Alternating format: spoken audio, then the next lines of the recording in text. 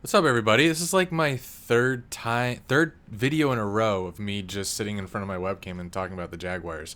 As you know, we normally don't do it this style. We're usually in our podcast studio and clipping Jaguars clips for you, or we're doing game day vlogs. But I'm sitting here and stuff crosses my mind that I'm like, oh, that would be a good video. And one of them is, or the newest one would be Shad Khan's reaction and appearance at the what they're calling the community huddle. I think him and team president Mark Lamping are doing these community huddles, which means they're going to different restaurants and areas in town to kind of talk to taxpayers, talk to Jags fans about this ginormous stadium renovation project that they have on the horizon here.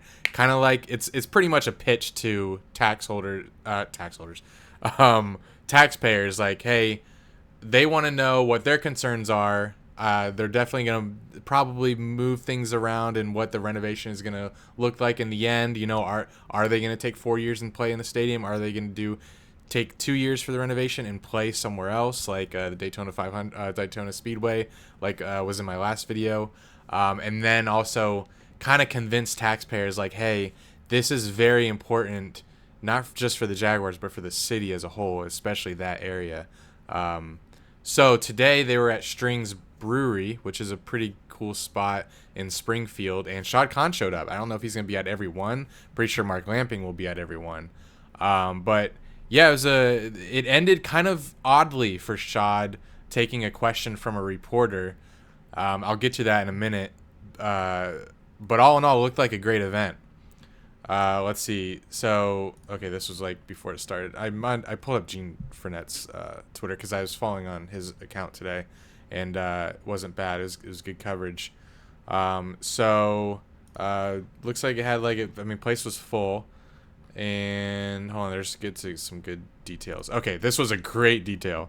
And I don't know, this is Lamping blowing smoke, but he said Lamping gets some applause when he's doing the presentation on the food portion of his presentation, saying if local vendor sells burger, local vendor sells burger in the restaurant for $6.99. First of all, there's no burger. Show me where there are burgers in a restaurant going for $6.99. That's not a fast food place.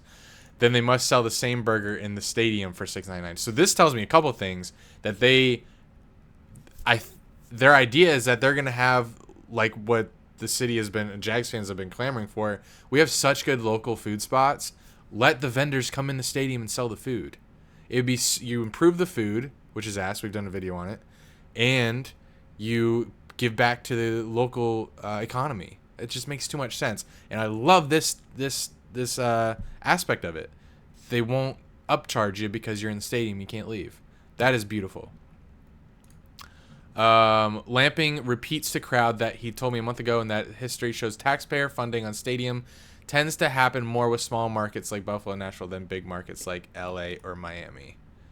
Not sure. I'm not a good big city tax guy, so I'm not going to comment on that. I'm sure if I thought about it for a little bit, I could figure out why, but not going to take that time here. Thank goodness, no discussions about PSLs with regard to renovated stadium, which PSLs make no sense to me. You have to buy a right to buy a season ticket. That just makes no sense. Stadiums have PSLs, and I still don't understand them. Lampy says all season ticket holders will not lose their status if they choose not to attend games. Okay, that's interesting. That's good. Lamping says they haven't figured out how to get natural grass surface in a renovated stadium.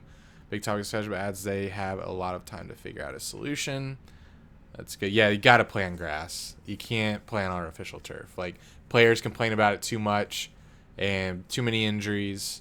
I tore a hamstring on their indoor practice facility next to Daly's place. So, speaking firsthand, artificial turf is not good.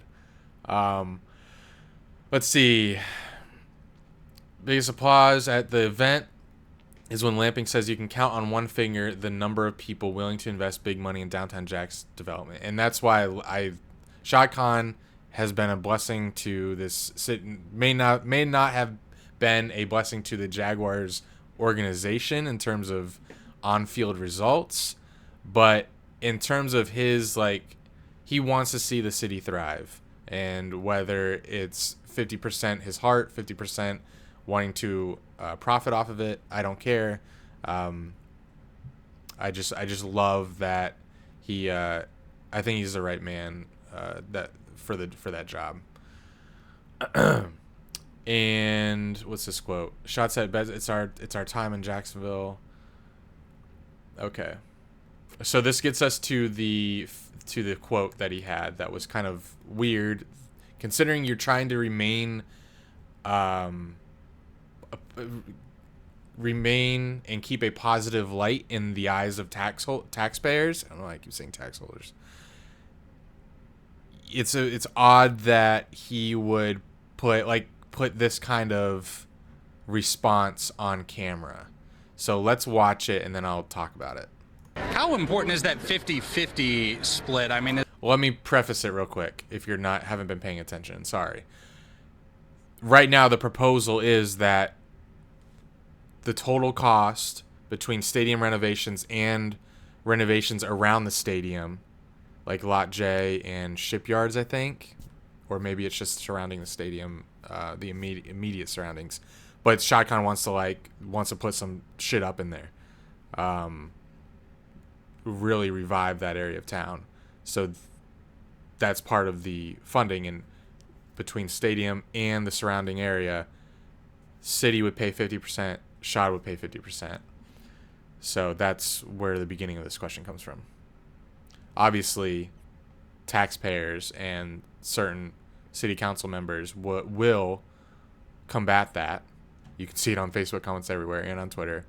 They don't want to pay 50%. A lot of them say Shad should pay it all, not understanding that it's a city stadium. They're leasing it to Shad for the Jaguars. The city will make profits on other events that come there, and obviously profit. Just if you get a growing downtown, you're gonna get a growing city in general. So let's listen to this question and answer. How important is that 50-50 split? I mean, is there any wiggle room there in terms of the city? Are you negotiating for the city? Okay, so end of question. How important is that 50-50 split? I mean, is there any wiggle room there in terms of the city? Are you negotiating for the city? Okay, so this is Shad Khan stressed out like big time, because this is an answer that, like, you'd think that Shad gets bombarded by the press all the time, like he's a politician. This is something you hear from politicians that are in constant battle with the press, like snapping. So he must be. This is definitely something has been triggering him in his professional life, and obviously could not contain himself when got the question in a public forum from a reporter. So yeah, just odd that he couldn't keep his composure there, considering cameras are on and you need to keep a very bright and positive public image for the taxpayers. So that was really I wanted to do this video because I thought that was a great wow, I think it's a valid video to do. It's also a catchy, like, Shad Khan snaps at reporters. I think that's kind of, you don't see that every day. So that's one of the reasons why I wanted to do the video. But I think it was important to talk about the meeting that was had today and the updates that were shared. Anything else I want to talk about? We're recording the podcast tomorrow. That's obviously not all about the Jaguars. That's all encompassing. I'm sure we'll talk about the NBA Finals, which are on right now. And this is kind of off topic, but if you're still here, sweet. I am creating a course. It is a e-collar dog training course. My mom has been doing e-collar dog training for the last 10 years in Central Florida, but she's really restricted to the clients in that area. And she has hundreds and hundreds of happy clients, like no bad reviews. Like the success is crazy. So I'm like, Mom, there's probably so many other people that could benefit from this, but they live, in other states. So, and I just recently learned how to create online courses. Let me create a course teaching your program to dog owners, so they don't, number one, they can get the same, training that you give your dogs, and by learning from you, and they don't have to pay the thousands of dollars it would take to board and train, or hire a trainer to come to their house or go to the trainer's house. So I am making a course. If you, I'll put a link in the description. The kind of the lead capture that I'm using right now can only take 10 people at a time. So 10 a month. So if you are only fill out this quiz. It's kind of a quiz to take to see, for me to read your responses to see if e-collar training would be right for your dog. So only take the quiz if you're serious about training your dog, and if you want to train your dog to be better listener, come when he's called, get off the counter, stop jumping on people, stop chewing things, walk next to you, don't pull on the leash. If you have a backyard that's not fenced in but you still want to play with them, you can play with them without being strapped on a collar or a leash. Sorry. It's a pretty in-depth course too. So it's called off leash and obedient in 30 days. So if you are interested in that course, we filmed it a couple weeks ago, or actually we filmed it over a course of a month. Click the link. Only if you're serious. Go Jags. Talk to you again real soon.